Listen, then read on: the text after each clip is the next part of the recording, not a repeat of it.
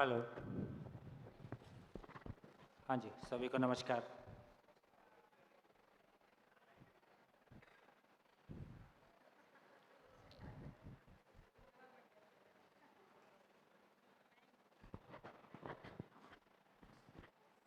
हाँ जी, तो बताइए,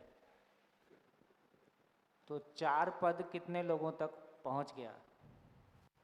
चार पद, चार अवस्थाएं, ये क्लैरिटी हो गई। चलो बोर्ड पे आके कौन समझाएगा?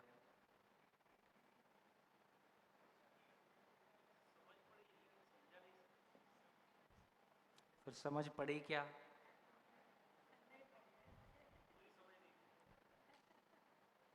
हाँ जी, आइए। गुड। एडवांस पेमेंट कर दिया। एडवांस पेमेंट कर दिया।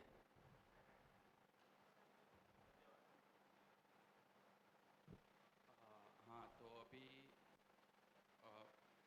पहले तो चार अवस्था है, जो पदार्थ, प्राण, जीव और ज्ञान अवस्था। अ, पदार्थ अवस्था में गठन पदार्थ अवस्था बेसिकली उस पदार्थ अवस्था और प्राण अवस्था वो गठनशील परमाणु से बनते हैं।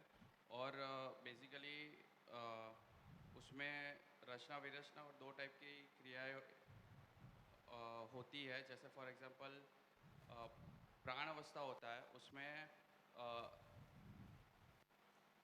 क्या बोलते हैं,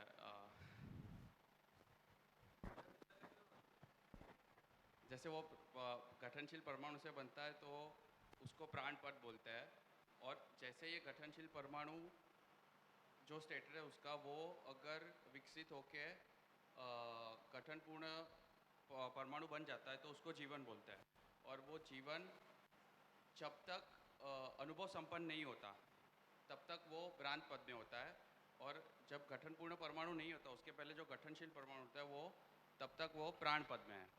अब जैसे ही गठनपूर्ण जीवन अनुभव संपन्न हो जाता है, तो अनुभव संपन्न होने के बाद वो देवपद या दिव्य पद में होता है। देवपद तब देव। होता है जब वो क्रिया पूर्णता के स्टेट में होता है, और दिव्य पद जब वो अच्छा, आचरण पूर्णता के स्टेट में हो जाता है। बहुत बढ़िया, हाँ।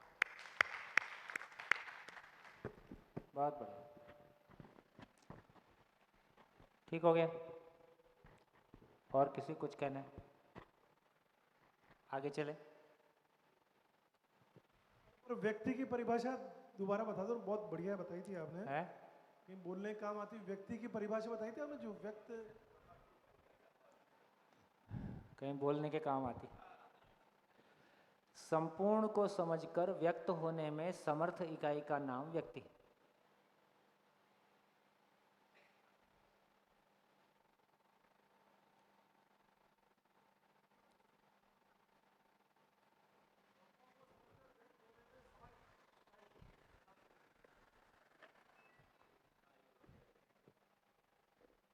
हाँ जी, आगे बढ़े। हाँ। उसमें रचना विरचना में कोई भी एलिमेंट सिंगुलरली एक्सप्रेस होता ही नहीं। होता ही नहीं। नहीं, ऑक्सीजन भी अगर है तो भी दो चाहिए उसको, मॉलिक्यूलर O2 चाहिए। तो वहाँ पर वैसा है प्राण पद में। फिर ऊपर भ्रांत पद में आदमी आदमी के साथ मानव मानव को ढूंढते रहता है व्यक्त होने के लिए। और फिर ऊपर व्यापक के साथ व्यक्त होने की कोशिश करता, क्रिया पूर्णता और आचरण पूर्णता में। जैसा अनुभव काल में आनंद है, व्यापक व्यक्त है। तो ये भी पूरा सह अस्तित्व नहीं हुआ गया। जैसा संवेदन अपना गठनशील परमाणु भी दूसरे परमाणु के साथ ही व्यक्त होता है, मानव भी मानव के साथ ही रहना चाहता है, और फिर देव और दिव्य पद में वो व्यापक के साथ रहना चाहता है। तो ये भी पूरा व्यापक के सह साथ ही नहीं रहना चाहते, मानव के साथ भी रहना ही चाहते हैं। बिना जागृति के मानव के साथ रहना सफल नहीं हो पा रहा है। समझदार हो गया तो मानव के साथ भी रहना रहना। सफल हो जाता है। उसके पहले मानव से सुख पाने की कामना है, घूम फिर के शरीर ही पकड़ में आता है और शरीर का फैलाव ही दिखाई देता है। तो उस रूप में वो तृप्ति नहीं है। स्वतंत्र होना ही पड़ेगा उसको।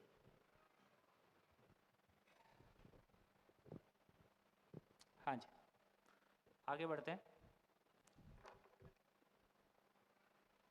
तो अभी तक हमने जितनी बात की है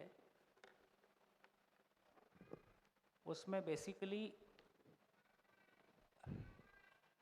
तो देखिए, अब ऊपर की बात क्लियर हो गई, परमाणु में विकास की बात की है और 4 अवस्थाओं के प्रगटन की बात की है। इकाई के रूप में गठनशील परमाणु है जिसमें हमको विकास क्रम दिखाई देता है।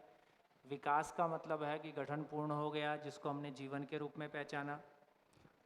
फिर पदार्थ अवस्था गठनशील परमाणु से मिलके पदार्थ अवस्था और प्राण अवस्था दिखाई देती है ना। जीवन जब पशु शरीर को चलाता है तो उसको जीव अवस्था कह रहे हैं। जीवन ही जब मानव शरीर को चलाता है तो उसको ज्ञान अवस्था कह रहे हैं। पदार्थ अवस्था रूप प्रधान है, ये ध्यान में आता है।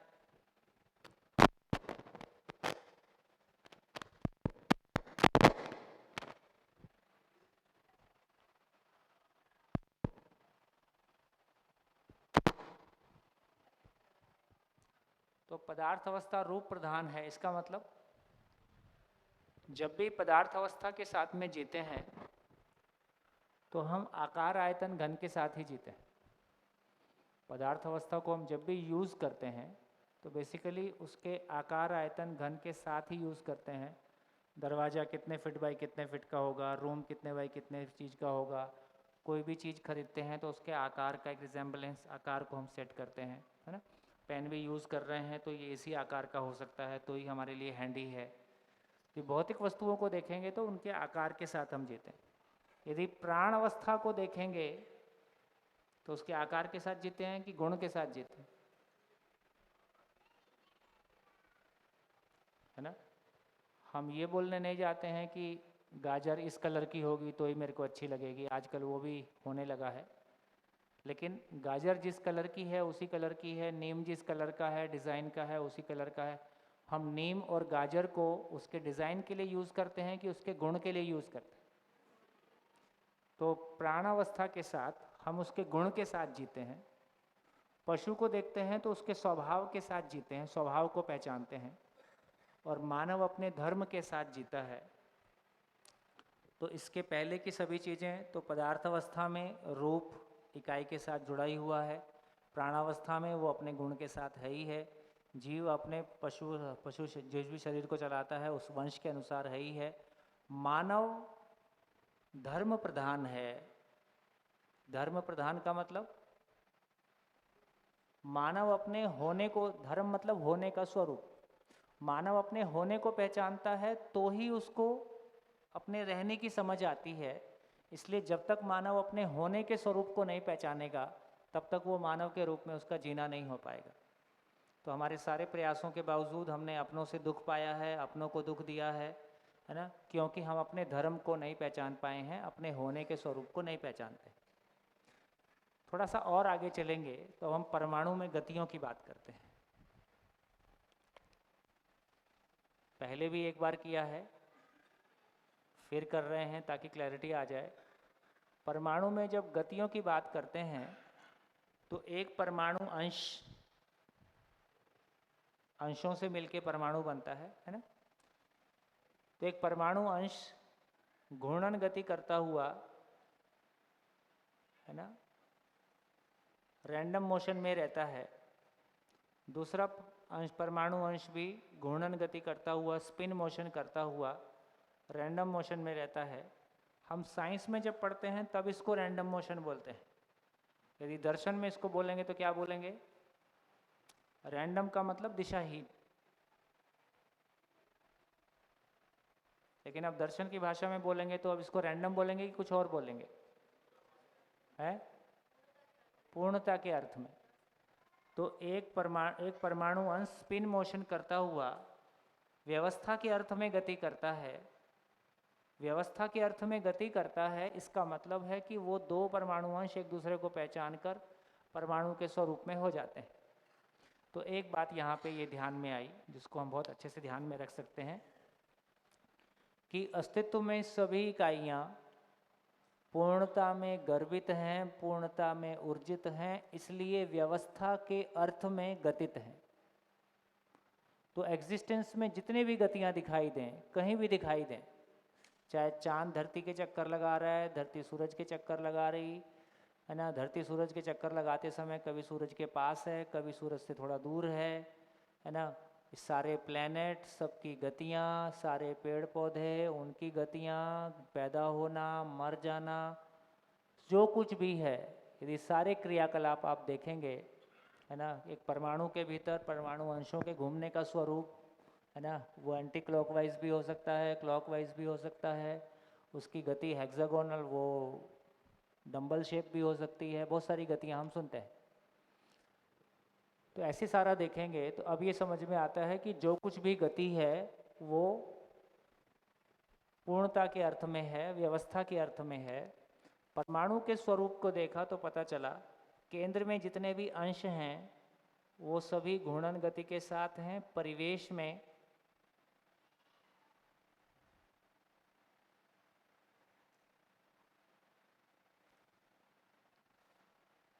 में 2, 8, 18, 32 ऐसा परमाणु अंशों का संख्या की बात करते हैं।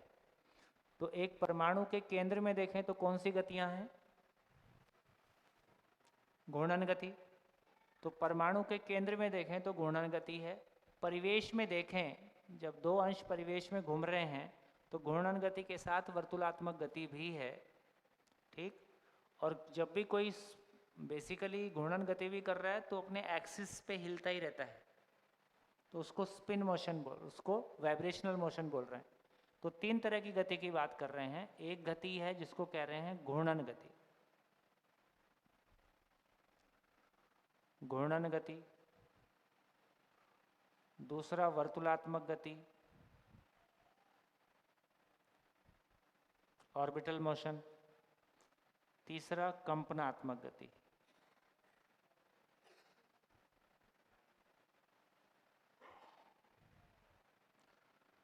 जब घूर्णन गति कह रहे हैं तो परमाणु के केंद्र में जितने अंश हैं वो घूर्णन गति के साथ हैं, बाहर वाले घूर्णन गति सहित ऑर्बिटल मोशन के साथ हैं। इनका संयुक्त प्रभाव परमाणु एज ए होल में कंपनात्मक गति के रूप में दिखाई देता है। जब कंपनात्मक गति कह रहे हैं तो ये परमाणु के स्तर पे है। जब कंपनात्मक घूर्णन गति और वर्तुलात्मक गति कह रहे हैं तो ये अंश में है।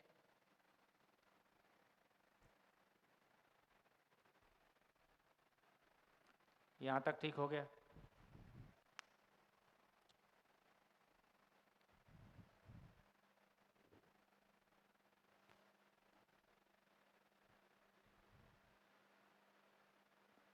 आगे बढ़े। अंशों में कंपन है ही है, वही। हाँ, गति है तो कंपन है ही है, गति है तो कंपन है ही है, वो एक बात हो गई। और जब ये परिवेश में घूमता है तो ये फिक्स नहीं है, एकदम ऐसा वाला रूट बना हुआ नहीं है, वो तो हवा में ही घूम रहा है, मतलब स्पेस में ही घूम रहा है। तो जब ये केंद्र के थोड़ा नज़दीक आता है तो केंद्र इसको वापस अपनी जगह में लाता है। जब ये केंद्र से दूर जाता है तो केंद्र वापस इसको अपनी जगह में लाता है। तो उस तरह से ये घूमने की गति जो है ऐसा ऐसा है। तो पूरे परमाणु में ये जो ऐसे ऐसे होना है उसको कंपनात्मक गति बोल रहे हैं। ये ध्यान में आ गया? ठीक है। तो अब घूर्णन गति बिल्कुल स्पष्ट है। अपने एक्सिस पे घूमना घूर्णन गति है। एक्सिस सहित सेंटर के चारों तरफ चक्कर लगाना ऑर्बिटल मोशन है। और चूंकि ऑर्बिटल मोशन एकदम फिक्स नहीं है, थोड़ा बहुत आगे पीछे होता है ना, उस क्रम में परमाणु एज ए होल में उसको कह रहे हैं कंपनात्मक गति। अब देखिए भैया, हाँ, वो बाहर निकल नहीं जाए, अंदर नहीं जाए, उसकी वजह से वो कंपनात्मक गति होती है। उसकी वजह से होती है। उसके मूल में जाएंगे तो परमाणु अपने में उसमें कंपनात्मक गति रहती ही है। ओके। दोनों का सम्मिलित प्रभाव है। तो जो मध्यांश में अंश हैं और जो परिवेश में अंश हैं, इनका सम्मिलित प्रभाव परमाणु एज ए होल में कंपनात्मक गति के रूप में दिखाई देता है। अब यहाँ 2 लाइन बोल रहे हैं कि कंपनात्मक गति किसी इकाई के होने का स्वरूप है, और सॉरी, वर्तुलात्मक गति होने का स्वरूप है, कंपनात्मक गति रहने का स्वरूप है। ये बात पकड़ने लायक है। जैसे जब वर्तुलात्मक गति बोल रहे हैं तो इसका मतलब है कि घूर्णन गति उसमें शामिल, केंद्र के अंश और परिवेश के अंश उसमें शामिल ही हैं। तो किसी परमाणु का स्ट्रक्चर की जब बात करेंगे तो बेसिकली केंद्र में अंश हैं, परिवेश में अंश हैं और ये वर्तुलात्मक गति कर रहे हैं। तो ये वर्तुलात्मक गति, कंपनात्मक, ये घूर्णन और वर्तुलात्मक गति, इसको मिला के बोल रहे हैं कि ये होने का स्वरूप है। इससे उसका होना समझ में आ रहा है। ये बात पहुंच रही?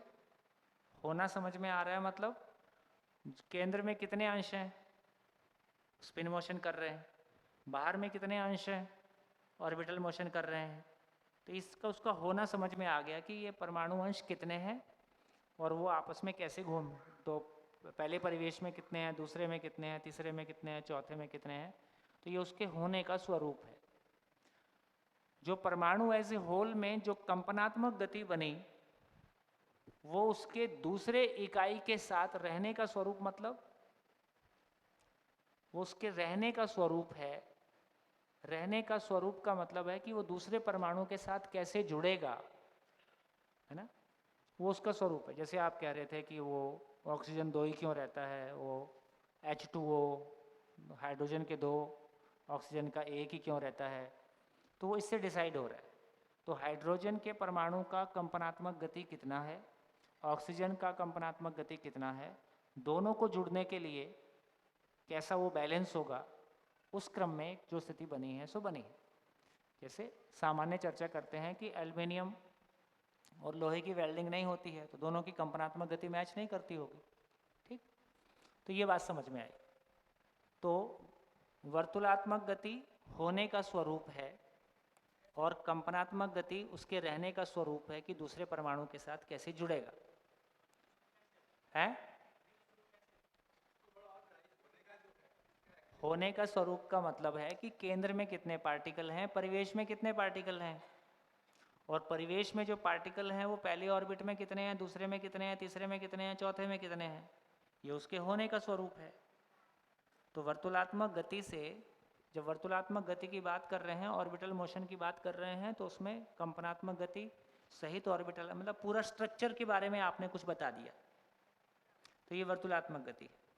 जब कंपनात्मक गति की बात कर रहे हैं तो एक परमाणु सूत्र है, हर इकाई अपने प्रभाव क्षेत्र सहित है।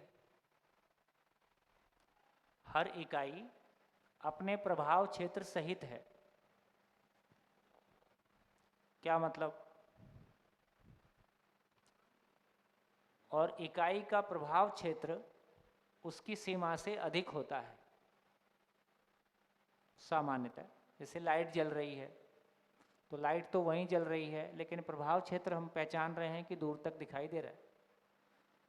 तो लाइट का प्रभाव क्षेत्र, हवा का प्रभाव क्षेत्र, अग्नि का प्रभाव क्षेत्र, फूल का प्रभाव क्षेत्र, है ना, ठंडी का प्रभाव क्षेत्र, गर्मी का प्रभाव क्षेत्र, सभी इकाइयाँ अपने प्रभाव क्षेत्र सहित हैं। मानव का भी एक प्रभाव क्षेत्र है। सभी मानव का प्रभाव क्षेत्र एक ही है कि अलग अलग है? ये अलग अलग क्यों हो जाता है?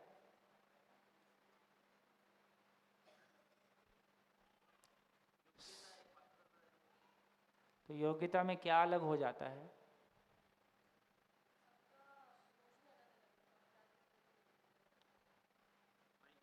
माइक।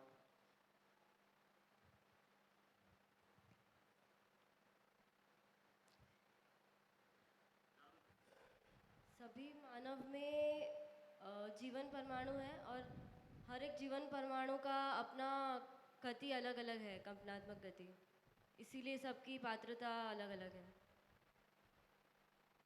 समझना पड़ेगा, थोड़ा समझते हैं इसको। देखिए, थोड़ा सा और चलते हैं फिर उस बात को समझेंगे। अभी ये कहा जा रहा है कि जितनी भी पदार्थ अवस्था से प्राणावस्था तक की इकाइयां हैं उनमें वर्तुलात्मक गति ज़्यादा है, कंपनात्मक गति कम है। एक बात बोली। ये भी कहा जा रहा है कि मिट्टी, पत्थर, धातु और मणि के क्रम में वर्तुलात्मक गति लगातार बढ़ती है ना, वर्तुलात्मक गति, सॉरी, कंपनात्मक गति बढ़ती है। कंपनात्मक गति कंपनात्मक गति मिट्टी में कम, पत्थर में उससे ज़्यादा, धातु में उससे ज़्यादा, मणि में उससे ज़्यादा, लेकिन फिर भी वर्तुलात्मक गति अधिक रहती है। और कोशिका वनस्पति में जो परमाणु हैं उसमें और अधिक, लेकिन फिर भी वर्तुलात्मक गति अधिक रहती है। अभी आगे, जब गठनशील से गठन पूर्ण हुआ तब उसमें कंपनात्मक गति अधिकतम हो गया। ये बात ध्यान में आई? तो गठनशील परमाणु में नंबर 1 वर्तुलात्मक गति ज़्यादा होती है, कंपनात्मक गति कम रहती है। और क्रमशः यदि मिट्टी, पत्थर, धातु, मणि वगैरह देखें तो ये वर्तुलात्मक गति कंपनात्मक गति बढ़ता जाता है, लेकिन इसके बावजूद भी वर्तुलात्मक गति ज़्यादा रहता है। इसको कैसे बोलें? जीवन में गठनशील से गठन पूर्ण होते ही उसका कंपनात्मक गति मैक्सिमम हो जाता है और वर्तुलात्मक गति कम रह जाता है। वर्तुलात्मक गति की तुलना में कंपनात्मक गति ज़्यादा हो जाता है। ये ऐसे किताब में आपको लिखा हुआ मिलेगा। कैसे समझें कि ये क्या हो रहा है? यदि पदार्थ अवस्था और प्राणावस्था में देखें तो उसके होने का स्वरूप व्यवहार में आता है या उसके रहने का स्वरूप। यदि जीवन की कल्पना, जीवन से तुलना करें, जीवन में देखें तो उसका आकार, आयतन, गुण महत्वपूर्ण है या वो क्या सोचता है ये महत्वपूर्ण है। तो जीवन में देखें तो उसका रहने का स्वरूप हमको मानसिक और भावनात्मक रूप में दिखाई देता है। तो बेसिकली उसका स्ट्रक्चर व्यक्त होता है कि प्रभाव ज़्यादा व्यक्त होता है, जबकि जड़ संसार में तो केवल रूप व्यक्त होता है, प्राण संसार में गुण व्यक्त होता है। पशु शरीर को चलाते हुए जीवन में मिनिमम स्वभाव व्यक्त होता है।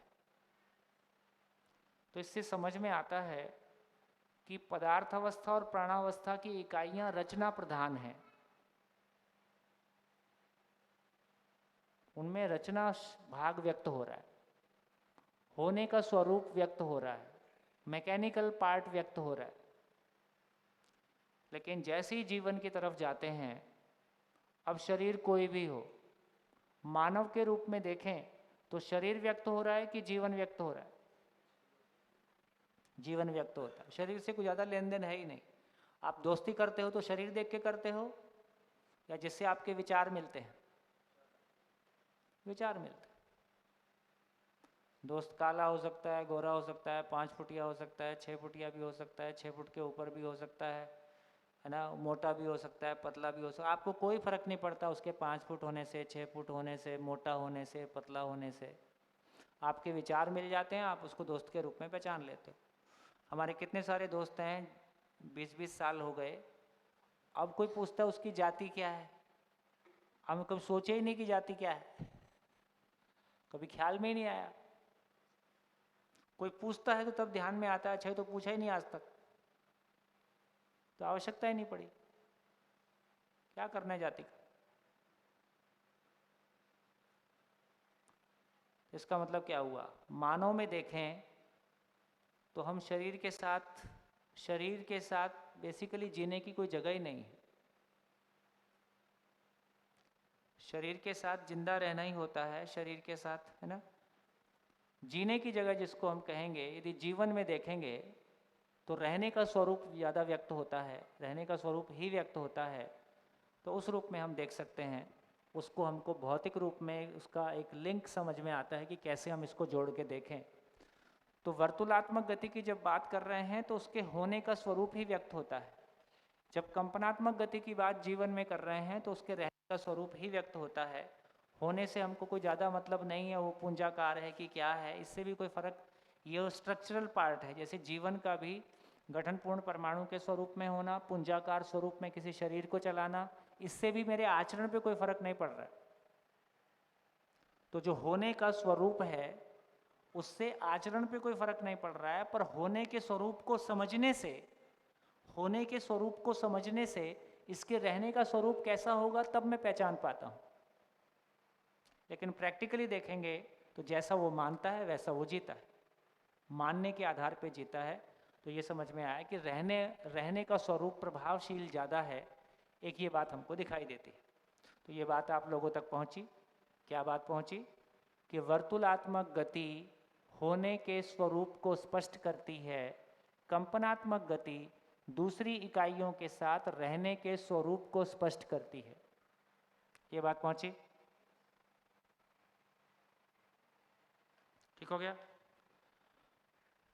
भौतिक रासायनिक संसार में कंपनात्मक गति कम ही रहता है, वर्तुलात्मक गति ज़्यादा रहता है। जो ज़्यादा रहता है वही व्यक्त होता है। इसलिए पदार्थ अवस्था रूप प्रधान है, प्राणावस्था गुण प्रधान है। कुल मिला के जो उसका स्ट्रक्चर है वही व्यक्त हो रहा है। लेकिन जीवन की जगह में आएंगे तो बेसिकली उसका रहने का स्वरूप ही व्यक्त होता है, शरीर से उससे कोई बहुत फर्क नहीं पड़ रहा है। तो इससे हमारी ये क्लैरिटी बनी कि ये वर्तुलात्मक गति को क्या बोल रहे हैं, कंपनात्मक गति क्या बोल रहे हैं, है ना। और जागृति क्या चीज है?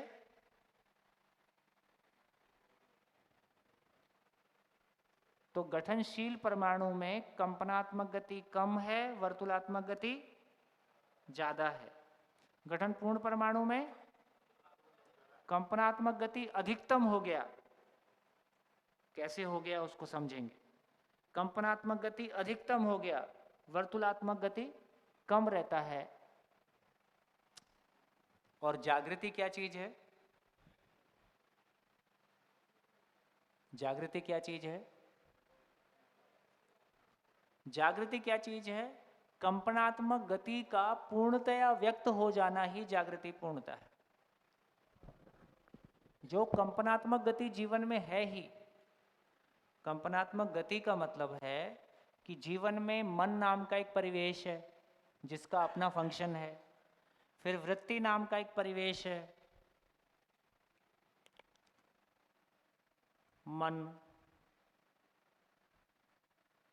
वृत्ति, ऐसे लिखना ठीक नहीं।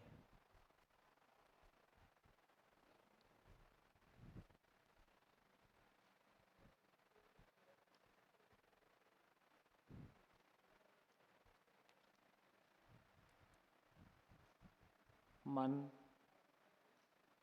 वृत्ति, चित्त, बुद्धि, आत्मा।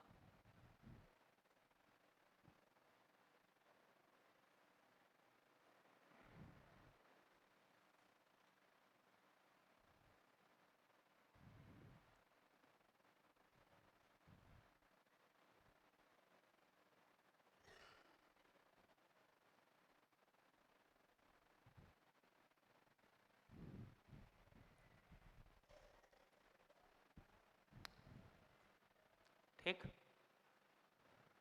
तो मन नाम का एक परिवेश है जिसका अपना कोई फंक्शन है। वृत्ति नाम का एक परिवेश है जिसमें तुलन विश्लेषण होता है। चित्त नाम का एक चीज है जिसमें, है ना, साक्षात्कार और चित्रण होता है।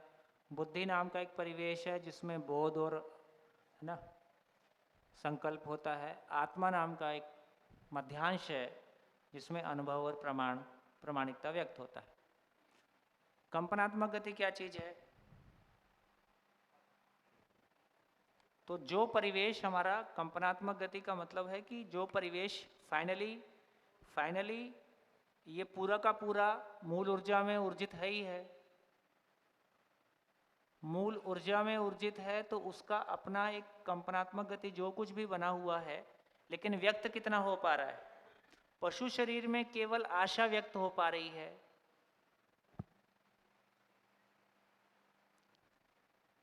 भ्रमित मानव में आशा, विचार, इच्छा व्यक्त हो पा रही है 4.5, और जागृत मानव में पूरा व्यक्त हो पा रहा है। इतना फर्क है। इसका मतलब जीवन में होने के रूप में जो पोटेंशियल है, रहने के रूप में जो पोटेंशियल है, पशु शरीर में वो मिनिमम व्यक्त होता है। जीने की आशा, जिंदा रहने की आशा के रूप में। मानव शरीर में कल्पनाशीलता के रूप में व्यक्त होता है, और जागृत मानव में वो अनुभव पूर्वक ज्ञान रूप में व्यक्त होता है। तो जो कंपनात्मक गति जीवन में है ही, क्योंकि अब इसमें स्ट्रक्चरली और कुछ नहीं बदलता, केवल वो व्यक्त हो सके, हम पहचान सकें और उसको व्यक्त कर सकें, इतना ही काम है। तो क्या पहचान सकें? जीवन में सामर्थ्य है, रहने की सामर्थ्य है, अभी जिंदा रहने की सामर्थ्य है और जीने की सामर्थ्य है। हमने जिंदा रहने की सामर्थ्य को पहचाना है, इसलिए यहीं पे यदि बात मैं कर दूं तो ज्ञान को कैसे पहचाना? ज्ञान को 4 भाग में पहचाना। एक भाग है कि मैं आहार, निद्रा, भय और प्रजनन को पहचानता हूं। आहार, निद्रा, भय और प्रजनन को पहचानता हूं, ये भी एक ज्ञान है। फिर मैं शब्द, स्पर्श, रूप, रस, गंध इंद्रियों को पहचानता हूं, ये भी एक ज्ञान है। फिर मैं पुत्तेषणा, वित्तेषणा और लोकेषणा को पहचानता हूं।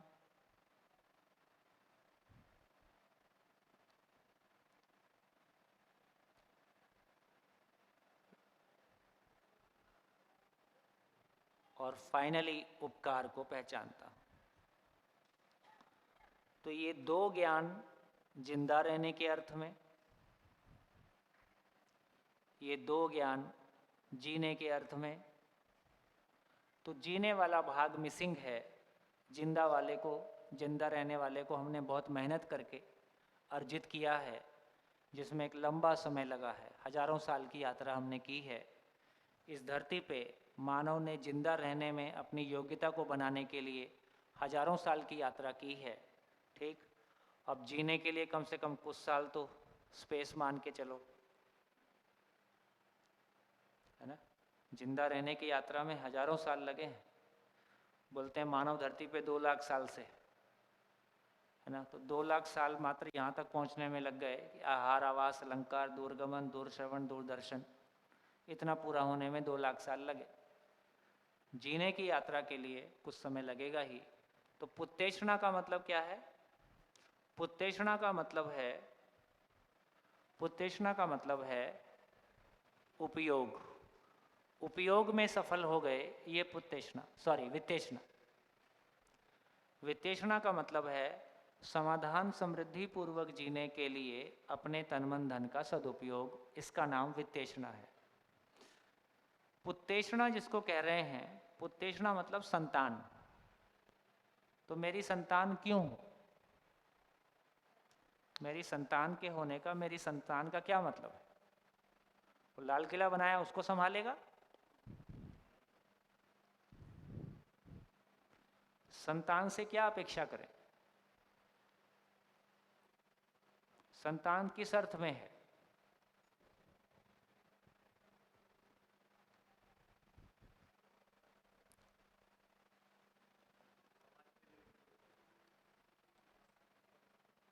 पता ही नहीं है। इतने साल बाद बोले यार ये पहले क्यों नहीं बताया था?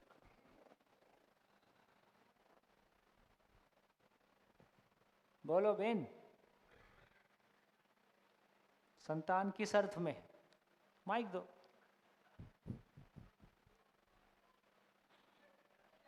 सब माँ लोग बताएंगे कि संतान किस अर्थ में।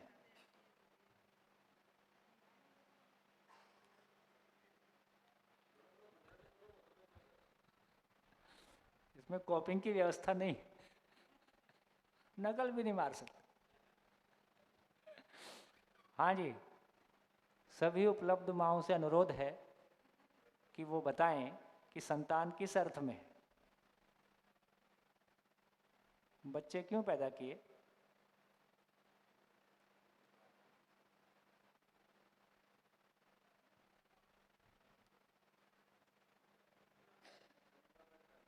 है?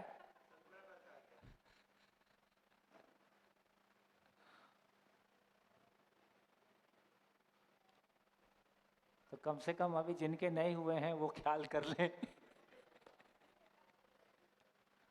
ये लोग तो टेस्ट में फेल हो गए, पुराने वाले सारे फेल, ठीक है। अब नए वाले तय कर लें कि उनको क्यों करने हैं, है ना। है? नहीं करने हैं का तो कोई मतलब नहीं निकलता है। मैं नहीं करने तो मैं शादी क्यों किया था? अब ऐसा उल्टा हो जाएगा। ऐसे भी लोग आजकल हैं ही हैं जो शादी करते हैं और बच्चे नहीं करने का निर्णय लेते हैं, लेकिन सब फंसने वाला जुगाड़ है ये। प्रकृति का नियम का विरोध ही दुख है।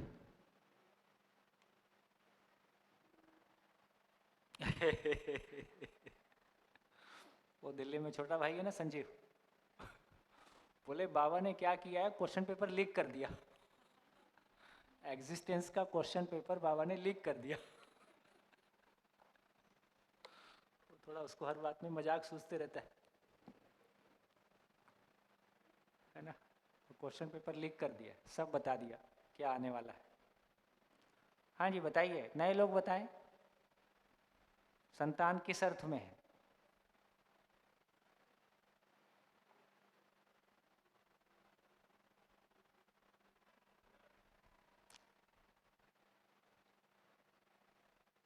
ज्ञान अवस्था को टकाए रखने के लिए। ज्ञान अवस्था को टकाए रखने के लिए। टिकाए रखे, बनाए रखने के लिए। मतलब कुल मिला के मानव धरती पे बना रहे, तो कुल मिला के बच्चे पैदा करते रहोगे। ए दे, कुछ समझ में नहीं आया, अभी मत करना शादी। जो सीखा जैसे जिया उसकी परंपरा बनाए रखने के लिए। जो सीखा, अच्छा ये देखो, चलो माइक इधर दे दो। जो सीखा मतलब कुछ भी उटपटांग करोगे वो बच्चे को सिखा दो। हेलो। हाँ हेलो। पृथ्वी पर निरंतर अभयता समृद्धि का अभय समृद्धि बनी रहे मानव जाति में, इसके लिए जो अभी जो धरती मतलब अब तक जो अव्यवस्थित हो गई है, मतलब थोड़ी जो हॉल में इस टाइप की बात करते हो कि सही में ऐसा सोचते हो? नहीं सर, सोचती हूँ अभी, इसलिए नहीं, दोनों के लिए बोल रहा हूँ। आपने इन लोगों को पूछा ना, तभी मैं अपने माइंड में थॉट मतलब सोच रही थी कि हाँ इसलिए करना है, मतलब भले मेरा सवाल नहीं था लेकिन मुझ पे है इसलिए अभी एक्सप्रेस कर रही हूँ। तो सवाल तो सारे मेरे ही होते हैं, तुम्हारा तो होता किस सोचने की जिम्मेदारी मेरी। तो जो अव्यवस्था है उसको व्यवस्थित करने के लिए, और जो अभी जो हमारा लक्ष्य है, तो पहले मुझे पूरा प्रयास करना है और जीना है, और उसकी जो परंपरा बनानी है, तो बस उसके लिए। हेलो भाई साहब कुछ कहना। हाँ हाँ हाँ हाँ हाँ। बच्चे इसलिए हम पैदा करते हैं कि परिवार और समाज व्यवस्था के अर्थ भी मानव परंपरा बनाए रखे, इसलिए। जागृति पूर्णता की आशा बनाए रखने के लिए। देखिए अभी तक हमने इतना ही काम। हाँ जी कुछ कहना चाह रहे हो? हाँ हाँ जी चलो पीछे माइक देना, पीछे। हाँ बोल दो जिसके पास माइक है फटाफट। खुद समझदार बनकर अगली पीढ़ी में समझ मल्टीप्लाई कर सके। हाँ मल्टीप्लाई कर सके, खुद भी प्रमाणित हो सके और दूसरों को भी ऐसा वातावरण दे सके, और जागरूक मानव परंपरा के लिए आगे बढ़ा सके, इसी के लिए। बढ़िया, सहमत। व्यवस्था की निरंतरता और प्रमाणीकरण की निरंतरता के लिए। हाँ जी बढ़िया। और कुछ कहना है? हाँ माइक दे।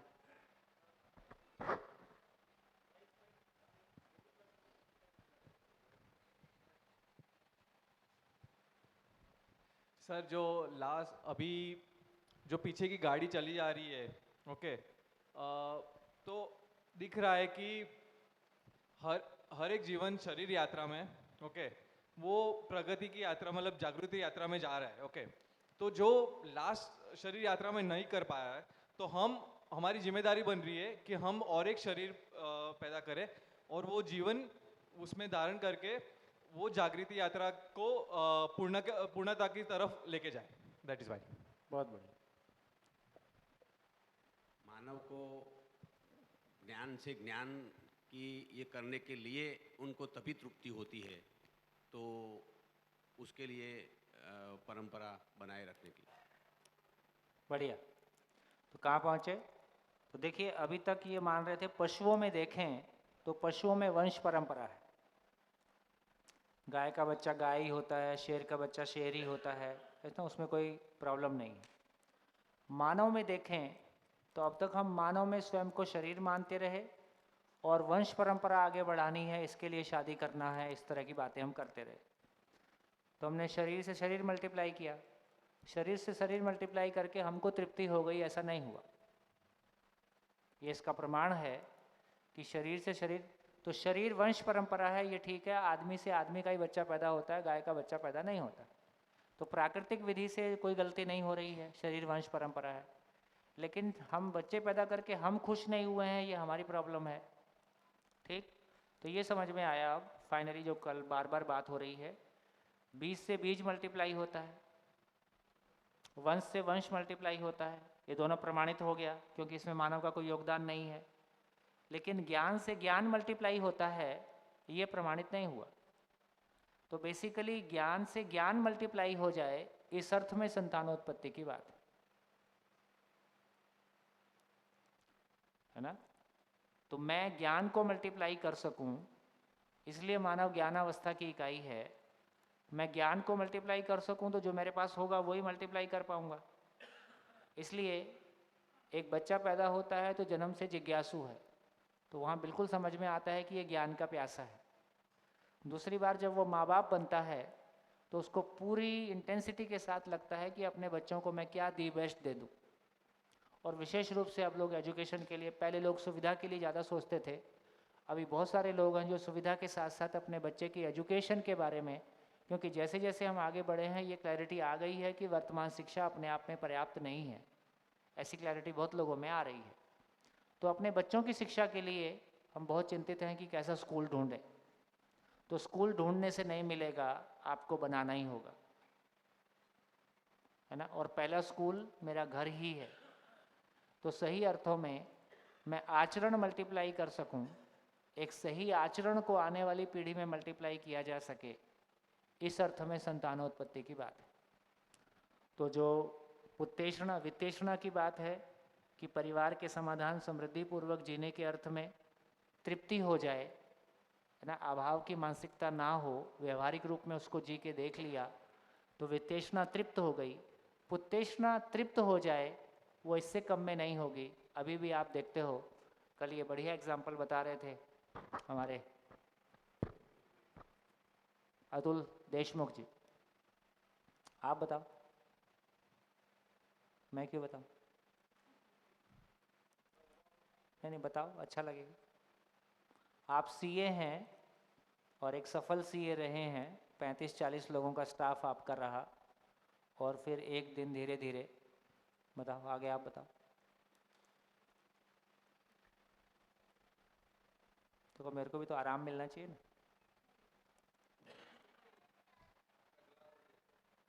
है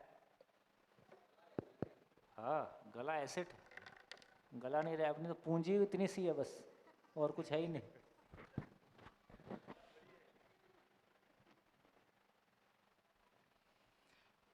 वो ऐसा हुआ कि सीए की प्रैक्टिस करते करते ये 29वां साल शुरू हो गया। कितना? 29th year. 29, 30 साल हो गया, बढ़िया। लेकिन 2.5 से 3 साल पहले कुछ दिमाग में आया, जो मैंने मेरे बेटे और मेरे बेटी का लाइन देख के दिमाग में आ गया कुछ, और वो ये देखा गया कि मेरा बेटा मेरे लाइन में नहीं आ रहा। मैं सीए हूँ, प्रैक्टिस करता हूँ, और मेरे पकड़ में बात ये आ गई कि मेरा बेटा सीए नहीं होने वाला है, या फिर उसको सीए में कोई इंटरेस्ट नहीं है। हालांकि उसने आधा सीए कर दिया था, फिर उसने छोड़ दिया। बेटी ने भी एजुकेशन की ऐसी लाइन पकड़ी कि जो मेरे लाइन से सिंक्रोनाइज नहीं हो रही है। तो मुझे ये पता चला कि मेरे साथ ही मेरा प्रोफेशन आया और मेरे साथ ही मेरा प्रोफेशन जाएगा। तो फिर इस प्रोफेशन को कहाँ तक खींचना, ये मेरे हाथ में था। तो फिर 2 साल पहले एक ऐसी कुछ घटना घटी कि जिससे, और उससे पहले मतलब वो घटना से भी 2-3 महीने पहले ऐसा मेरे दिमाग में आया कि क्यों नहीं ये सारा का सारा प्रैक्टिस जो है वो किसी को दे दिया जाए। फिर सोचा कि किसी दोस्त को दूँ या किसी रिलेटिव को दूँ, क्योंकि रिलेटिव भी सीए थे, दोस्त भी सीए थे। फिर पता चला कि नहीं, दोनों को अगर दिया तो झगड़े और झगड़े और झगड़े ही होना है। उससे एक काम करते हैं कि जिस स्टाफ के वजह से मैं इतना ऊपर आया, क्यों ना सारी की सारी प्रैक्टिस उस स्टाफ को ही दी जाए। वाह वाह। और फिर मैंने करीब 60-65% ऑफ मेरी प्रैक्टिस गए 2 महीने हो गए, ये 65% प्रैक्टिस वो स्टाफ को जिन्होंने मुझे इतना ऊपर लाया उनको दे दी। जबरदस्त।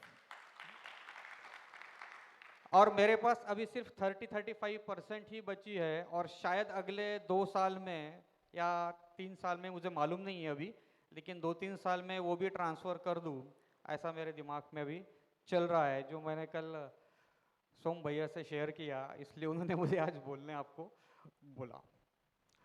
सर आदर्श सुना था, आदर्श तो देखा अभी है? जीवन विद्या में जो आप बता रहे हैं वो आचरण में। आदर्श थोड़ी ये मौज है, ये इसको आदर्श थोड़ी बोलते। आदर्श की परिभाषा है सुनने में अच्छा लगे, प्रैक्टिसेबल ना हो।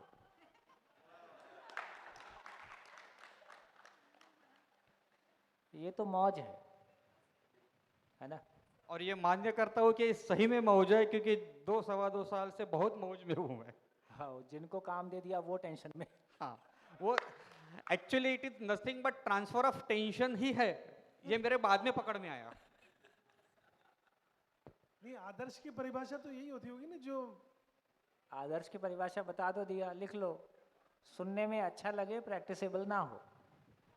नहीं, ये तो आजकल हो गया है। तो ये तो मौज है। तो मौज ही आदर्श है।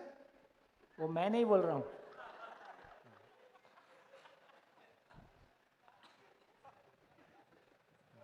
अच्छा सर, ये विषय, ये तो बहुत ही जबरदस्त, एक ताली तो बजनी चाहिए भाई इस पे। अच्छा, एक सर मैं थोड़ा, ये विषय बहुत ज़्यादा गहरा हो गया तो मैं भी उसी में अटका हुआ था।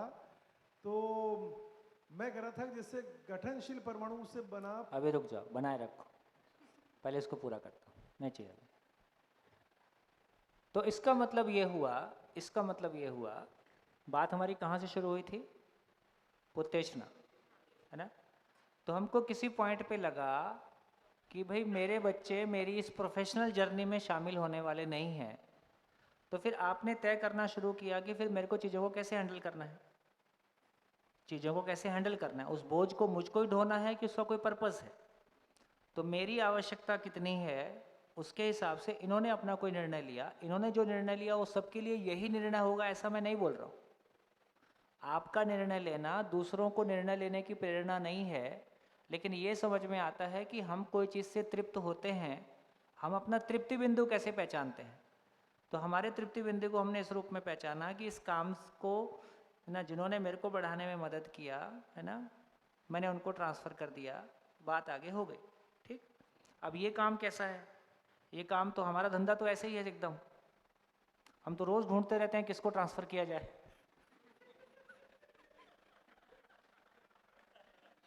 और मेरे बच्चे को ट्रांसफ़र करूँगा ऐसा, अब वो उसका लेने का मन है, जितना लेने का मन है वो ले लेगा, नहीं लेने का मन है तो वो भी इसमें शामिल है।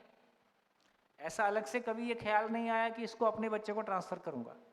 ठीक है, तो काम चल ही रहा है, जिसको जितना लेना होगा ले ही लेगा, यही नेचुरल है।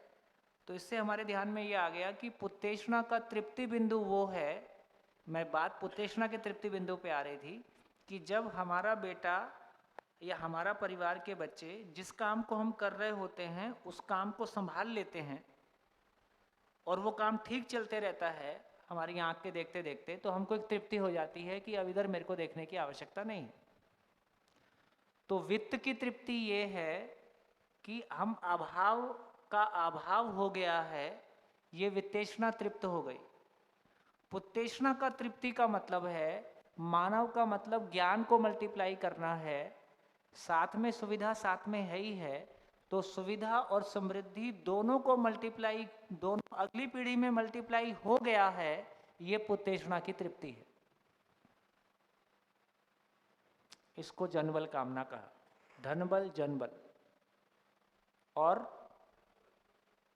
लोकेशना यशबल।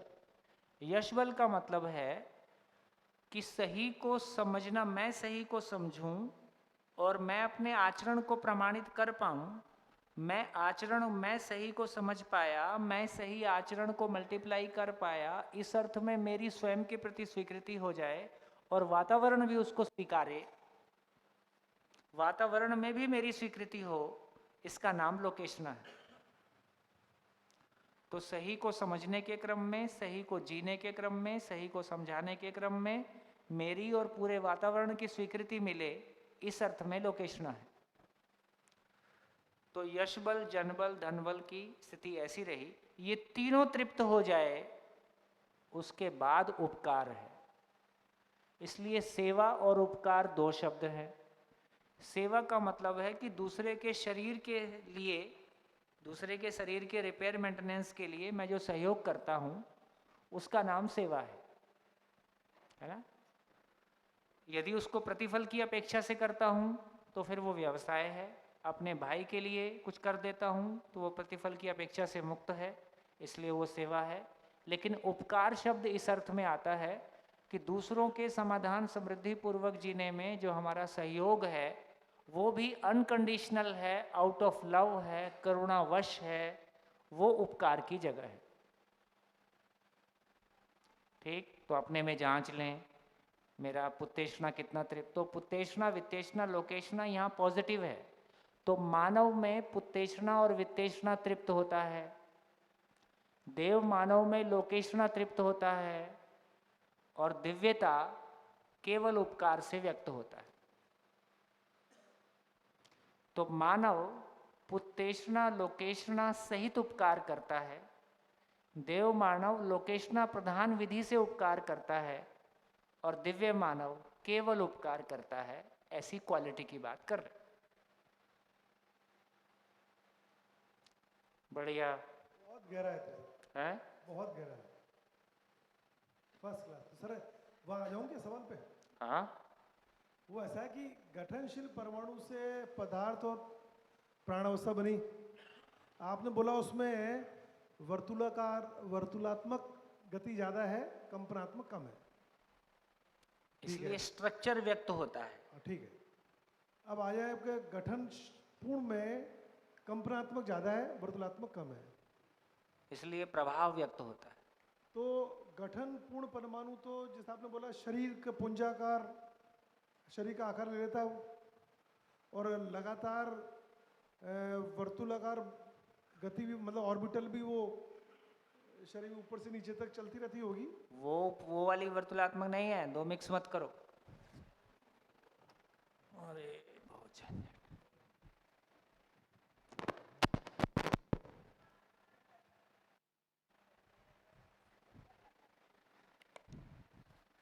जीवन स्वयं में सूक्ष्म अति सूक्ष्म कण, ये सूक्ष्म अति सूक्ष्म कण, जिसमें केंद्र में केवल एक कण है जिसमें घूर्णन गति है, और परिवेश में 2, 8, 18, 32 जिसमें घूर्णन गति सहित वर्तुलात्मक गति है, और परमाणु एज ए होल कंपनात्मक गति के रूप में मन व्यक्त होता है, वृत्ति व्यक्त होता है, चित्त बुद्धि आत्मा व्यक्त होता है। तो ये एक बात हुई। ये गठनपूर्ण परमाणु सूक्ष्म अति सूक्ष्म कण के रूप में जब किसी शरीर को चलाता है,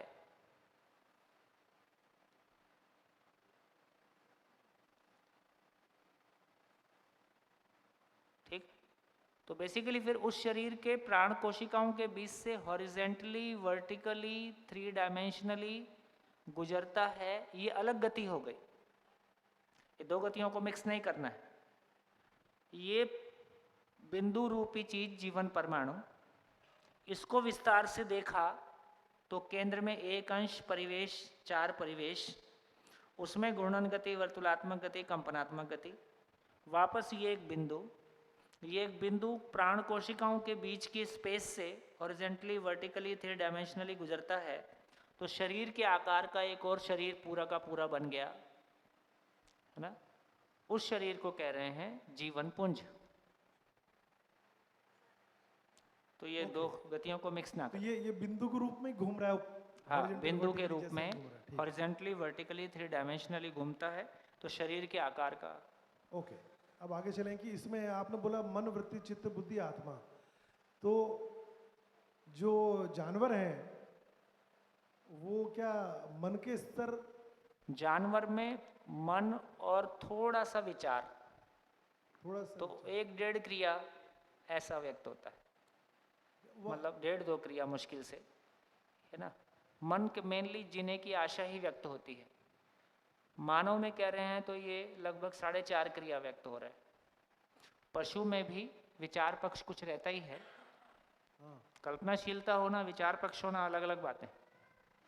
पशु में कल्पनाशीलता नहीं है, आंशिक रूप में विचार पक्ष रहता है। जैसे चिंपांजी पीढ़ी दर पीढ़ी दुश्मनी लेने की बात चिंपांजी में मानी गई है ना। पशु अपने मालिक को अलग तरीके से पहचानता है, कुछ चीज़ें हम सिखा सकते हैं, इसका मतलब है विचार पक्ष है। नहीं, कहने का मतलब है उसमें आस्वादन चयन तो है ही। हाँ, आस्वादन चयन से अधिक भी कुछ थोड़ा सा है ना।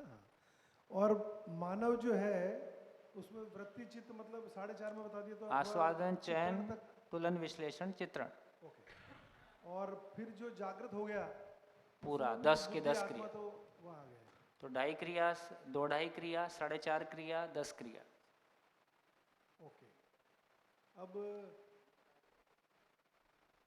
हाँ जी, सभा साथ साथ चल रही है। फर्स्ट क्लास,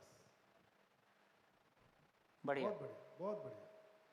एक तो ये हो गया। अच्छा, एक और बताइए सर, इधर जो आपने वर्तुलात्मक को ग्रेटर देन कंपनात्मक किया, ठीक है, मान लिया। नीचे आपने बताया है कि मिट्टी में कंपनात्मक कम है, पत्थर में ज़्यादा है, उसमें यूँ है ना। तो इसको यूँ समझने की दृष्टि से कह रहा हूँ कोई कि इसको निशान को उल्टा कर दे नीचे वाले में तो ज़्यादा ठीक रहेगा ना। क्यों आपने फिर ब्रैकेट में लिखना पड़ा आपको भी, ऊपर हेडिंग तो हो गया। कंपनात्मक गति बढ़ रही है, तो पत्थर की कंपनात्मक गति मिट्टी से ज़्यादा है, धातु की हो सकता है पत्थर से भी ज़्यादा है, मणि की देखे जाए हो सकता है और ज़्यादा है। इसके बावजूद वनस्पति में जो परमाणु है उसमें कंपनात्मक गति और ज़्यादा है, लेकिन इसके बावजूद भी वो वर्तुलात्मक गति से कम है।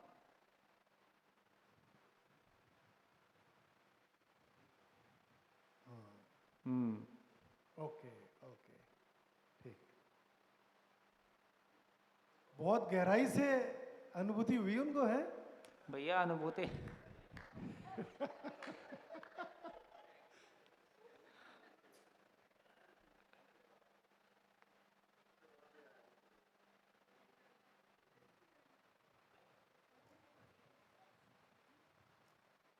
ये जो आपने परिभाषा बताई पुत्तेषणा, वित्तेषणा, लोकेषणा, ये पुस्तक में भी होगी? देखिए, पुस्तकों में लिखा है, पर ये भी बात ठीक है कि शब्द की एक सीमा है। इसलिए मानव जब भी समझेगा, अपने से श्रेष्ठ मानव से ही समझेगा, वो गैप को पुस्तक नहीं भर सकती। वाह, क्या एक्सप्लेनेशन दिया आपने कि शब्द की एक सीमा है और अपने से श्रेष्ठ से ही सीख सकता है। बहुत बढ़िया। मतलब किताब पढ़ने ज़्यादा आपको सुनना नहीं, ऐसा मैं नहीं कह रहा हूँ। देखो, मैं यदि पुरानी रिकॉर्डिंग उठा के देखोगे तो मैं कई साल से यही परिभाषा दे रहा हूँ कि शिविर का और हमारा इतना ही मतलब है, हमारा और शिविर का इतना ही मतलब है, जो अनुभव मूलक 12-13 बुक्स लिखी गई हैं उनको पढ़ के समझने की योग्यता आ जाए, वो कॉन्फिडेंस बिल्ड हो जाए, वो जो स्पेस बिटवीन द लाइंस होता है। बहुत सारी चीज़ें ऐसी हैं कि सब कुछ लिखने में नहीं आ सकता, तो इसको मैं अपने आप में एक बहुत जिम्मेदारी के रूप में भी महसूस करता हूँ। यदि आदरणीय नागराज जी ने हमको इतना समय दिया या हमने उनका इतना समय लिया, तो बहुत सारी बातें ऐसी हैं जो बुक्स में एज इट इज़ नहीं आएंगी, कभी नहीं आएंगी, उसकी एक सीमा रहेगी। तो ये ठीक है कि हमको अनुभव कब होगा, उसमें जो भी समय लगना होगा लगेगा, लेकिन कम से कम सूचना के रूप में आपको ये भरोसा हो जाए कि हाँ, समझने लायक चीज़ है, आपकी वो तीव्रता आ जाए कि मेरे को समझना है, ठीक। और आपकी वो तीव्रता आती है तो उसके बाद मटेरियल उपलब्ध है। सारा खेल कितना है? सारा खेल इतना है कि एक बार अपने भीतर से वो तीव्रता आ जाए कि ये आर पार ही करना है। कितने लोगों में ऐसा भाव बन रहा है? ठीक। अभी हमारा 3रा सत्र है ना। जैसे जैसे चौथा, 5वां, 5 ये मतलब 2 सत्र और पूरे हो जाएं तो ये मानव व्यवहार दर्शन पूरा हो जाएगा। मानव व्यवहार दर्शन पूरे होते होते आपका टेक ऑफ होना शुरू हो जाएगा। फिर आपको वो कॉन्फिडेंस आ जाएगी कि मैं कोई भी किताब उठा सकता हूँ, मैं पढ़ सकता हूँ, दूसरे से बात कर सकता हूँ, अपनी ज़िंदगी में उसको देख सकता हूँ। जब ये चारों तरफ दिखने लगता है फिर आपको ठीक लगने लगता है। अभी शिविर में ठीक लगता है, शिविर जाने के बाद वो वातावरण, जैसे चर्चा हम कर रहे थे वो चर्चा बीच में छूट गई कि हर इकाई अपने वातावरण सहित है। तो एक भ्रमित आदमी जो केवल मन के लेवल से ज़्यादा व्यक्त होता है वो शब्दों के साथ और वस्तु के साथ जीता है। एक सामान्य आदमी का जीना कैसा है? हो सकता है वो भी आत्मा परमात्मा का नाम लेगा, वो भी पाप और पुण्य का नाम लेगा, वो भी सही और गलत का नाम लेगा, लेकिन उसकी पकड़ कितनी है? केवल शब्दों तक है ना। और फिर बाकी खाने पीने ठीक से मिल जाए, कपड़ा वपड़ा मिल जाए, घूमने मिल जाए, गाड़ी वाड़ी ठीक से हो जाए। एक सामान्य अभिव्यक्ति ऐसी है। एक व्यक्ति इससे और बेहतर स्थिति में मिल सकता है जो किसी चीज़ पे अपने विचार को, मतलब एक विचार प्रधान विधि से जीने वाले लोग। फिर मैं कहता हूँ चाहे वो नक्सली विचार क्यों ना हो, किसी विचार को लेके उसकी कोई पकड़ बनती है, चाहे वो फिर लोकतंत्र क्या है, मेरी साम्यवाद क्या है, लोकतंत्र क्या है, समाजवाद क्या है ना, कैपिटलिज्म क्या है ना, उसकी सोचने विचारने की कोई स्थिति बन गई है। आप देखेंगे तो इसका किसका प्रभाव ज़्यादा होगा? तो जो विचार प्रधान विधि से जीता है, चाहे विचार अभी अपने आप में अपूर्ण है, फिर भी वो देश की इकोनॉमी समझता है, देश कैसे चलता है, राजनीति कैसे चलती है, ये ढांचा कैसे चलता है, बहुत सारी बातें हैं, है ना। चाहे वो विचार अधूरा ही सही, लेकिन फिर भी ये जो मन के लेवल पे जीने वाला आदमी है, इससे वो ऊंची स्थिति में आ जाता है। तो एक प्रभाव क्षेत्र अलग है। फिर उससे बड़ा एक प्रभाव क्षेत्र है जिसके पास अपनी कोई बड़ी योजनाएं हैं और उसको जमीन पे साकार करने के लिए उसकी ताकत है। इच्छा बल, तो विचार बल हो गया, इच्छा बल हो गया। फिर कोई चीज़ है जिसको हम कह रहे हैं कि बोध, एक समझने का, है ना, वास्तविकता अस्तित्व जैसा है उसकी कोई वैसी पकड़ बन रही है। और फाइनली कोई अनुभव की बात है। तो मानव में भी हम देखेंगे मन के लेवल पे आदमी का प्रभाव क्षेत्र मिनिमम है, विचार के लेवल पे उसका प्रभाव क्षेत्र उससे अधिक है। जो अपने विचार को जमीन पे ट्रांसलेट कर सकता हो उसका प्रभाव क्षेत्र और अधिक है ना। और जो बोध के लेवल पे है उसका प्रभाव क्षेत्र और अधिक है, और जो आत्मा के लेवल पे है उसका प्रभाव क्षेत्र सबसे अधिक है। लोहे का अपना प्रभाव क्षेत्र है, चांद का अपना प्रभाव क्षेत्र है, धरती का अपना प्रभाव क्षेत्र है। तो अभी मानव के अलावा सभी इकाइयाँ अपने प्रभाव क्षेत्र सहित हैं। अभी मानव की हालत कैसी है? वो कभी भी किसी दूसरे के प्रभाव क्षेत्र में आ जाता है ना। बच्चों को देखते हैं तो बच्चे कैसे होते हैं, पुलिस वाले को देखते हैं तो पुलिस वाला बनना है, फिल्मी एक्टर देख लिया तो एक्टर बनना है, कभी इंजीनियर बनना है, कभी डॉक्टर बनना है। इसका मतलब कभी किसी के प्रभाव में आ गया, कभी किसी के प्रभाव में आ गया। ऐसी हमारी जीवन शैली है, ये कभी किसी के प्रभाव में आ जाती है, कभी किसी के प्रभाव में आ जाती है। ऐसी हमारा लक्ष्य है, वो कभी किसी के प्रभाव में आ जाता है। इसलिए हमारी अपनी कोई ज़मीन नहीं है, इसलिए अपने भीतर को जीने का विश्वास नहीं है। तो जब तक मानव लक्ष्य के रूप में मैं अपना लक्ष्य नहीं पहचानता, है ना, तब तक वो लक्ष्य के अनुरूप मैं नहीं जी पाता हूँ, तब तक अपनी अपनी ज़मीन हमको नहीं मिल रही है। तो कभी अपनी ज़िंदगी को, खुशियों को हम पति में ढूंढते हैं, कभी अपनी खुशियों को पत्नी में ढूंढते हैं, कभी अपने बच्चों के भविष्य में ढूंढते हैं। वो पूरा भी हो जाता है, आपको तृप्ति नहीं हो पाती। जब तक वो काम नहीं हुए तब तक ऐसा लगता है कि ये हो जाने से ठीक हो जाएगा, इससे शादी करने से ठीक हो जाएगा, है ना, ऐसे बच्चे होने से ठीक हो जाएगा, बच्चे ऐसे स्कूल में जाएं तब ठीक हो जाएगा, बच्चों के इतने मार्क्स आ जाएं तो ठीक हो जाएगा, बच्चे बहुत अच्छे प्रोफेशन में चले जाएं तो ठीक हो जाएगा। घटनाएं घट जाती हैं पर हम वहीं के वहीं रह जाते हैं। इसलिए आदरणीय नागराज जी चूंकि आत्मा के स्तर पे पहुंचे तो उनका जो प्रभाव क्षेत्र है उसी कारण मुझे लग रहा है कि हमारी कल्पनाशीलता में जितने सवाल आ रहे हैं, हाँ, वो खत्म हो गए। क्योंकि सवाल सारा चित्रण तक है, सवाल की सारी हैसियत चित्रण तक की हैसियत है। कोई चीज़ ठीक से चित्रित नहीं हो रही है, उस चित्र को ठीक करने के लिए मैं क्वेश्चन पूछता हूँ। वो चित्र ठीक से इंस्टॉल हो गया क्वेश्चन का। कभी ये मन में प्रश्न है कि 2 + 2 4 होते हैं कि 5 होते हैं? कभी ये प्रश्न है कि मैं मेल हूँ कि फीमेल हूँ? तो जिस मामले में हमारा चित्रण फिक्स हो गया है, निश्चित हो गया है, उस बारे में कभी कोई सवाल नहीं आएगा। जिस मामले में हमारा चित्रण अभी फिक्स नहीं, ईश्वर क्या है, ये आत्मा क्या है, ये प्रारब्ध क्या है, ये जिंदगी क्या है, जिस मामले में हमारे चित्रण फिक्स नहीं हुए हैं या हमारी समझ पूरी नहीं पड़ी है, उसी का नाम क्वेश्चन है। तो जहाँ से प्रश्नों के जंगल समाप्त होते हैं, वहाँ से जिंदगी की हरियाली शुरू होती है। तो ये बताइए सर, जो कल्पनाशीलता पहले होती, उसके बाद आदमी वो आत्मा स्तर तक पहुंच पाता हो ना? है कल्पनाशीलता? आदरणीय नागराज जी, कल्पनाशीलता के कारण? कल्पनाशीलता के कारण नहीं, आदरणीय नागराज जी की तो बात छोड़ो, अनुसंधान से अभी तक जो कह रहे थे, जो मैंने शुरू में कहा, अभी तक हमारी कल्पनाशीलता भौतिक वस्तु की कल्पनाशीलता है, इसलिए वो ज्ञान के लिए पर्याप्त ही नहीं है। उसमें वो पेट्रोल ही नहीं है कि ऊपर तक जाए, तो उसके कंटेंट को बदला। इसलिए अभी वो ब्रेक में बात हो रही थी एक बहन से, है ना, तो उसने कहा कि जैसे मान लो हमारे परिवार में कई लोग हैं और कोई मान लो मैं अपनी प्रिय हित लाभ की इच्छा के लिए मेरे को खींचता है, तो मेरे अपने प्रिय हित लाभ की इच्छा के लिए मान लीजिए मेरे को खींचता है, डिस्टर्ब करता है, या तो मेरे को क्या करना चाहिए? तो मेरे को लगता है कि ये बात बहुत सेंसिटिव है, विशेष रूप से जब हम अपने परिवारों में काम करते हैं।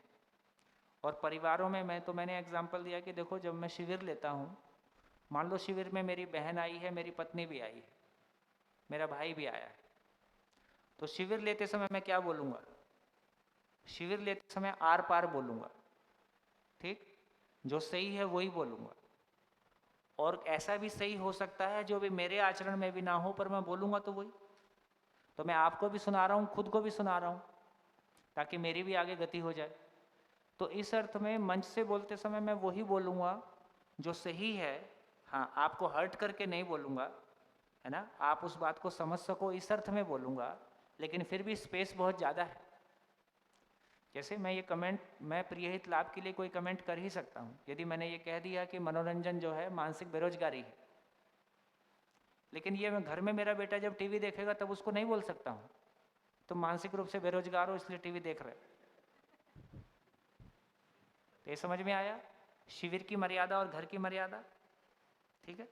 तो घर में यदि शिविर में यदि मैं कह सकता हूँ कि आप बाल काले करते हो, तो ये आपको पता ही है कि आपके सफ़ेद हैं। शिविर में ये बोलना, इस बात पे ध्यान जाना है कि मैं क्या क्या कहाँ पे हम क्या क्या कर रहे हैं, लेकिन बाल काले करना कोई गलत है, मैं ऐसा नहीं कह रहा हूँ। और घर में मेरी पत्नी को नहीं बोल सकता हूँ कि तुम ये सब कर रही हो, ठीक है। इसका मतलब है कि संवेदनशीलता का अपमान करके या संवेदनशीलता को नकार के हम संज्ञानशीलता को कन्वे कर पाएंगे, ये कभी नहीं होगा। इसलिए मैंने एग्जाम्पल दिया कि मान लो मेरा फैमिली कहता है कि चलो फिल्म देखने चलेंगे, और उनको पता है कि मुझको फिल्म में रुचि नहीं है, पर फिर भी वो मेरे को तो ले जाना चाहते हैं क्योंकि मेरा साथ भी चाहते हैं, पर मेरे को फिल्म में रुचि नहीं है, लेकिन मेरे को मेरे परिवार में तो रुचि है, तो मैं मेरे परिवार के लिए चला जाऊंगा। लेकिन उनको भी पता है कि इसको रुचि नहीं है, हमारी वजह से आया है, ठीक है। इसलिए हर बार तंग करेंगे ऐसा नहीं है, और धीरे धीरे वो भी सोचेंगे रुचि कहीं और भी होती है, ठीक। तो चीज़ों को नकार के कन्वे नहीं किया जा सकता, चीज़ों के साथ चल के ही कन्वे किया जा सकता है ना। तो मैं फिर से आदरणीय नागराज जी का ही एग्जाम्पल दे देता हूँ।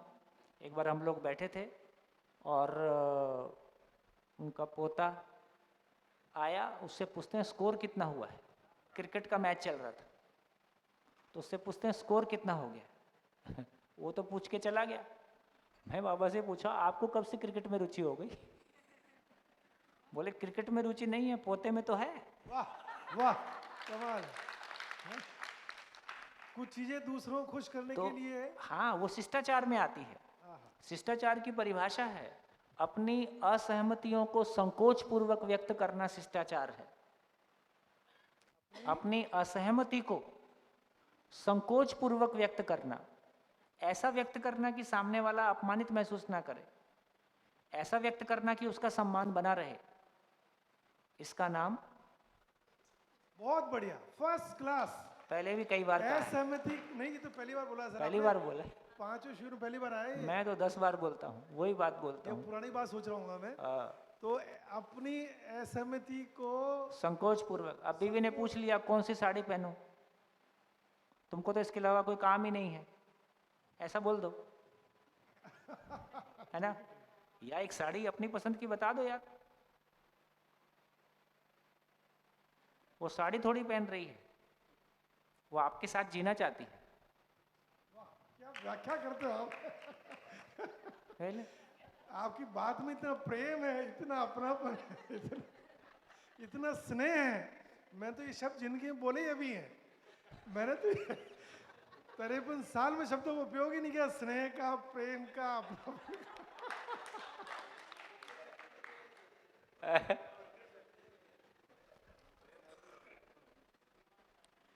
वो क्या नया मुल्ला ज्यादा मांग देता है। जब शुरू शुरू में विद्या का शिविर किए रहते हैं ना, तो ऐसे लगता है बस सबको सुना दूं, है ना, और मैं तो न्याय धर्म सत्य में जीता हूं, तुम तो प्रिय हित लाभ में जीते हो।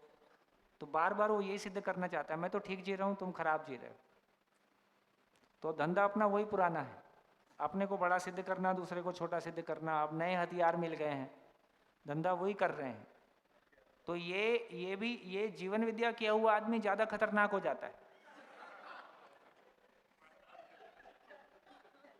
सीरियसली बोल रहा हूं, आप और विकृत हो सकते हो शिविर करके, इसकी भी संभावना है। क्योंकि पहले तो रूप बल धन पद में ही कंपेयर करते थे, अब ये ज्ञान में कंपेयर करने का नया हथियार मिल गया है। अब दूसरे को गलत सिद्ध करना ज्यादा आसान हो गया है, भाषा भी मिल गई है। धंधा वही पुराना है, दूसरे को छोटा सिद्ध करके अपने आप को बड़ा बताना। कर फिर से वही रहा हूं, इस बार हथियार सूक्ष्म है, पहले कम से कम हथियार स्थूल थे। माइक तो बहुत सावधानी से चलें, है ना।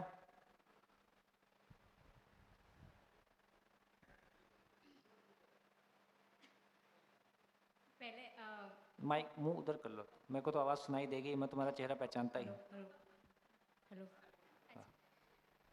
तुम उधर भी मुंह रखोगे ना, मेरे को तुम्हारा चेहरा दिखाई देता है। पहले ऐसा था कि मतलब मैं आर्ग्यूमेंट बहुत करती थी, मतलब घर में तो ऐसे ही मतलब पापा आंसर नहीं दे पाते थे, तो ऐसे ही मतलब मुझे लेकिन अंदर से ऐसा लगता था कि नहीं मैं गलत हूँ, ऐसा नहीं करना चाहिए मुझे। उसके बाद पता चलता था। तो अभी क्या हुआ, मुझे इसलिए मैं जीवन विद्या में आई, चलो कि मैं अपने आप को थोड़ा ठीक करूँ। लेकिन यहाँ आके मुझे पता चला नहीं, सर ने तो बोला कि बच्चे ठीक है, तो आप जो जैसा बोलते थे बिल्कुल मैं वैसे ही घर पे करती थी कि नहीं आप तो पहले आप में तो दिखाई नहीं देता, फिर मैं क्यों करूँ।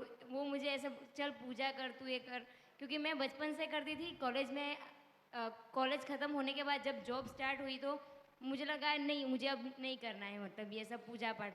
तो मुझे बोलते थे कि अब तक करती थी अब क्यों नहीं करती। मतलब मैंने बोला आप पूजा करके आगे कितने आए, मतलब आप नहीं आए तो मैं कैसे आ सकती हूँ, मतलब मुझे तो नहीं दिखाई देता आप कितने आए, मतलब ऐसे।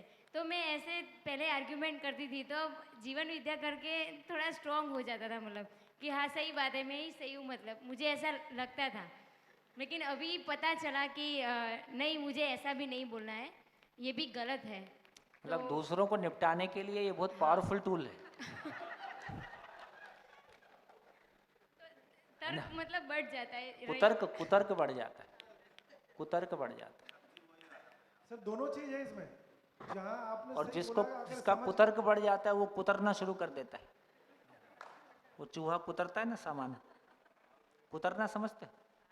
हिंदी में कुतरना, चूहा कुतरता है, तो उसी का नाम कुतर्क है। सर जहाँ ये बात भी सही, अगर समझ के बिना इस सूक्ष्म हथियार का उपयोग करके हम अपने को बड़ा दूसरे को छोटा करना चाहें हाँ, तो पता चला पहले की तुलना में आपके संबंध और खराब हो हाँ गए हैं। खतरनाक हो सकता है। लेकिन मैंने ये महसूस किया कि जैसे मैं कई लोगों से बात करता हूँ कि यार बहुत ज़बरदस्त खजाना मिल गया है, मैं तो बांट रहा हूँ, पैसा बांटने से कम होता है, ज्ञान बांटने से बढ़ता है, इसलिए चलो वहाँ एक बार वीडियो तो सुन लो। तो वही कहते हैं यार वो घनचक्कर जी गए थे, उनमें तो परिवर्तन आया नहीं। तो कई बार दूसरे लोग भी इस हथियार का उपयोग कर रहे हैं, यार एक बार गए थे, मैंने कहा एक बार से शिविर करने से थोड़ी बदल जाएगा। आदमी को बदलना अपने आप को सबसे मुश्किल काम है। ये सुनते तो थे, पर यहाँ आके मैंने महसूस किया कि वास्तव में स्वयं को बदलना बहुत मुश्किल काम है। अरे इतना भी मुश्किल नहीं है, ऐसे मुश्किल सिद्ध कर दोगे तो फिर कौन चलेगा। नहीं मतलब ऐसा बोलो, स्वयं को बदलना बहुत आवश्यक काम है और ये बहुत सुखद काम है। ओह, आप तो मतलब मुश्किल को भी सुखद बना दिया। अच्छा, जितने आंदोलन किए उससे इसमें कम मेहनत लग रही कि ज़्यादा लग रही? जितने आंदोलनों में जितना श्रम किया है, भाई एसी में बैठे हो, बढ़िया हंसते हंसाते बात हो रही है, कौन सा पहाड़ तोड़ रहे भाई? नहीं, इसमें हर क्षण में आनंद है। फिर मुश्किल इसमें क्यों तो बोलते हो? मंजिल पे पहुंचे, अन्याय के खिलाफ जीते तो आनंद मिलेगा, तो उस आशा में लड़ते थे। यहाँ तो मुझे लग रहा है कि मंजिल तक पता नहीं इस पीढ़ी में पहुंचेंगे, अगली पीढ़ी पहुंचेंगे, लेकिन रास्ता भी सुखद लगातार हर क्षण। तो फिर मुश्किल क्यों बोलते हो? नहीं, अपने आप को, जैसे कल वो मैं, आप तो ध्यान में थे तो मुझे लगा है ना 4-5 शिविर कर लिए, उसके बाद भी अभी भी स्वभाव तो उधर ले जा रहा है कि अन्याय का विरोध करना है, जबकि संघर्ष है ही नहीं। हमको न्याय को स्थापित करना है, अन्याय का विरोध नहीं करना है। तो इसको बदलने में, अपने सॉफ्टवेयर को मॉडिफाई करने में टाइम लग रहा है। सर, इसके लिए मैं भी कुछ कहना चाहूँगी। तो अभी मुझे ऐसा लग रहा है, मतलब कि मुझे ऐसा लगता था कि मेरे पापा ऐसा करते हैं, मेरी मम्मी ऐसा करती है, लेकिन अभी मैं जब सोचती हूँ तो मुझे ऐसा लगता है कि हाँ, उस टाइम जब भी हम झगड़ते थे तो मैं उसके बाद मैं नहीं बोलती थी 2-3 दिन तक, लेकिन मेरे पापा मुझे 2-3 दिन तक मुझे मनाते थे, मैं तो नहीं बोलती थी सामने से। तो मुझे ऐसा लगता है नहीं, मेरे पापा बहुत अच्छे हैं, भले जैसे भी हो। अभी कमी मुझ में थी कि मुझे अच्छी तरह से समझाना नहीं आता था। तो अभी मुझे ऐसे रियलाइज, मैं सब सोचती हूँ पिछले का कि नहीं, वो जैसे भी जितना जानते हैं, लेकिन उन्होंने मुझे, अगर मैं ऐसे पेश भी आती थी, फिर वो मुझे माफ़ कर देते थे। तो मुझे अभी समझ में आता है, मतलब उस टाइम की समझ नहीं थी, अभी मुझे वो समझ में आता है कि नहीं, वो अच्छे। एक्चुअली प्रॉब्लम क्या है कि बाप बन के ये समझ में आता है कि बेटा क्या होता है, और तब तक बेटा उठपटांग करते रहता है। जब वो बाप बनता है तब उसको समझ में आता है।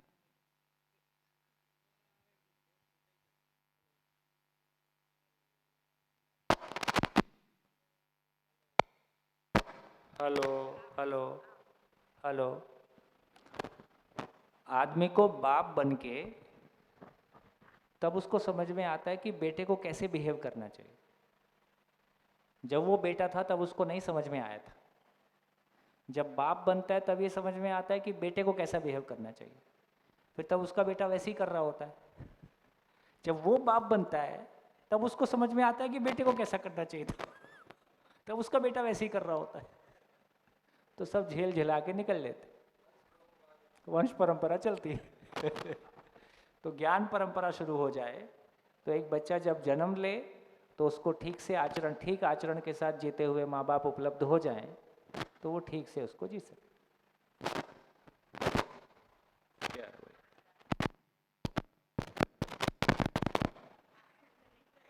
दिवाली कितनी आसान हो सकती है, ऐसे ही इतना पैसा खर्च करते। ये ऐसे अच्छा आइडिया है, एक स्पीकर लगाओ उसमें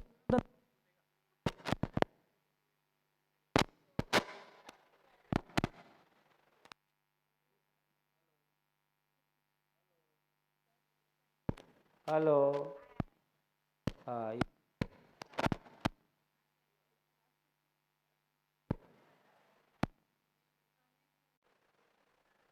क्या चल रहा था हमारा टॉपिक? पुतेष्णा वित्तेष्णा लोकेष्णा, ठीक हो गया? तो है सर एक आखिरी, हाँ, जानवर जो है वो आपने बताया मन और थोड़ा सा वृत्ति जो उपयोग में लेता है उसकी शरीर की सीमा के कारण, बाकी जीवन की भी सीमा, जीवन में भी हो सकता है। अभी इवोल्यूशन इतना नहीं हुआ है। अभी मानव में ही देख लो ना, कितने लोग विचार पक्ष को ठीक से यूज कर रहे हैं। ज्यादा जो देखना होगा, हेलो, ठीक करके रख दो, जैसा होगा फिर यूज करता हूँ। ज्यादा यदि आप देखोगे, आपको मानव के रूप में देख के ही सब समझ में आने वाला है। तो मानव के रूप में देख के समझ में आ रहा है कि मन के स्तर पे, यदि समाज में देखें तो मन के लेवल पे कितने लोग जी रहे हैं, कितने प्रतिशत लोग मन के लेवल पे जी रहे हैं?